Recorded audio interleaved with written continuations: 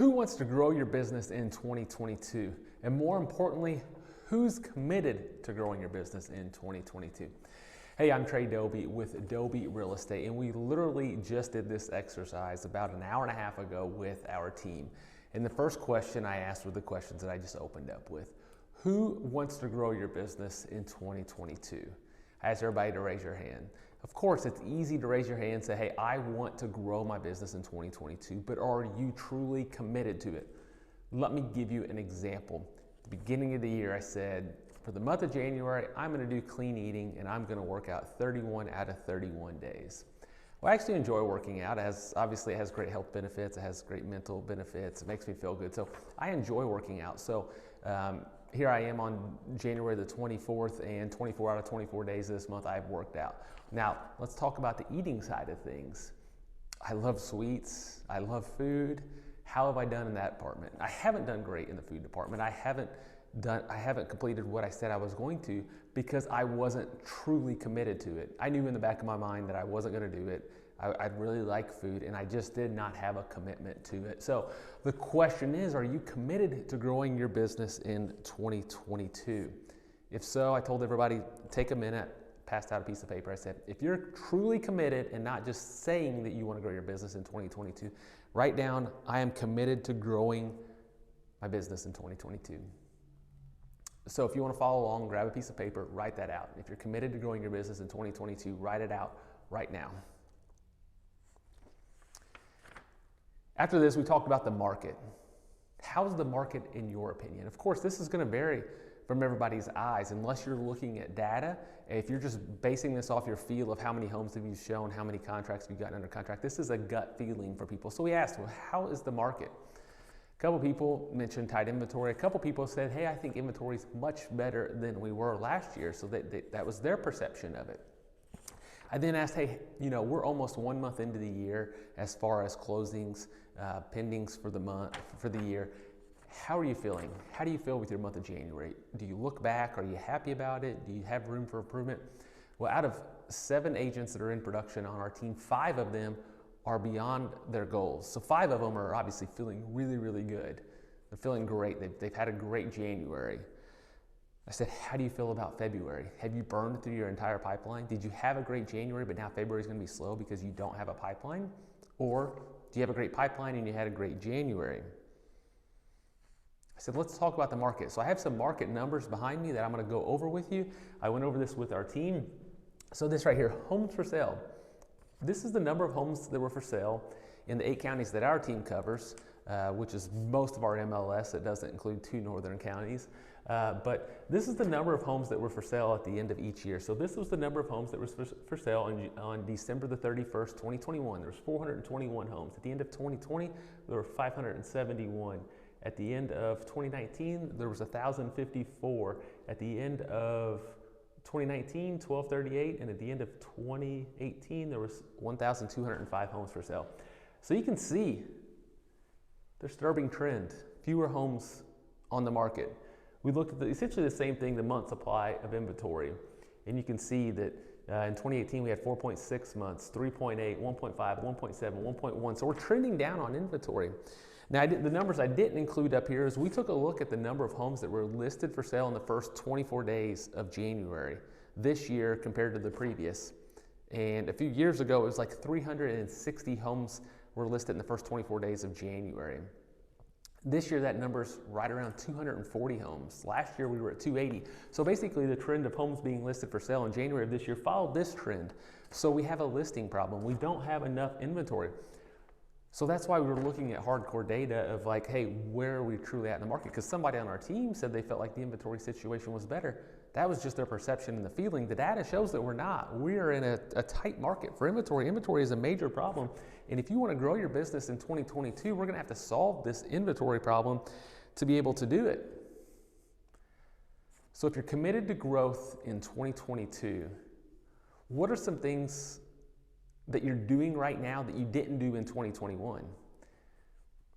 Because if everything is the exact same in 2021, you're doing the same actions as you were doing in 2021, why would the results be different? If you're doing the exact same thing, the results are going to be the exact same. So you got to be doing something different to grow your business in 2022. So we talked, hey, what are some things that we could do that we didn't do in 2022? We talked more specifically about what the agents could do themselves. We talked about a few things our team could do. And I'm sharing a couple of the items that we came up with during our team meeting. Social media. Our team, we've been hit and miss at it. We're bringing on a marketing coordinator that starts next week. So our social media is going to get better as a team, but also for agents as themselves. They mentioned that they wanted to educate the consumer, share market statistics. You can do this through infographics. You can do it through just typing out stats. You can do it through video. There's a lot of different ways you can do that. They said they wanted to build relationships with their friends and family, some of them through social media. So how do you build a relationship? You take pictures of yourself as a family. While you're doing your job, do videos. Let people see your face and get familiar with you. Interact with people. So if somebody comments on your stuff, comment back. If you see that somebody you know had a baby, congratulate them, wish them well. Have two-way interactions, build relationships through social media. Video. This is something that I did really good a couple years ago. I kind of slacked off. I'm picking it back up this year. People on our team, some of them are wanting to pick that back up. In fact, we're creating a video room in our office. We have one room that's going to have, in a couple different corners, we're going to have a couple different backdrops. There's going to be a desk with a nice office setting. We're going to have a corner with a couple chairs, so if they want to have a guest. We're going to have some with Adobe Real Estate in the background, so we're going to have a few different options, and we're going to have lighting and we're going to have audio in there, so they can just go into that room and create a video at any time and have multiple backgrounds to choose from. So we're committing to doing better at video this year. What are some other things outside of, but essentially, educate, build relationships, video, these are all forms of storytelling. Storytelling is huge, especially with social media and growing your business. Outside of social media, what else could we do? Old-fashioned things, door knock. Literally, if you have a listing in a neighborhood, it's sold in multiple offers. Well, the statistics show that, I don't know the statistic off my head, but I believe it's like, for every house that sells, typically 1 out of 25 neighbors are thinking about selling. So literally go knock on all the neighbors' door. Hey, I just listed your neighbor's house. It's sold in 3 days on market. We had 6 offers. Would you happen to know of any other neighbors that are thinking about making the move? Because the statistics show that somebody else is going to sell their house in this neighborhood. Do the same thing, circle prospects. So that's literally the same thing as door knocking, but instead of door knocking, you're trying to do it in a more efficient way. So you're doing it through phone calls. Doing it this way, you obviously need to make sure that you're not calling people that are on the do not call list. So that's the one caveat to that.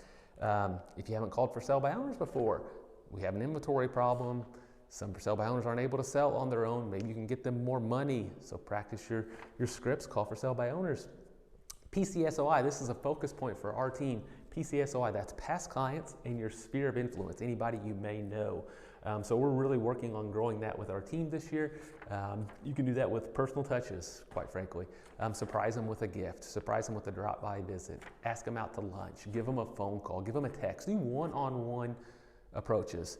I have a separate graph which I'll attach to this email that kind of shows mind share.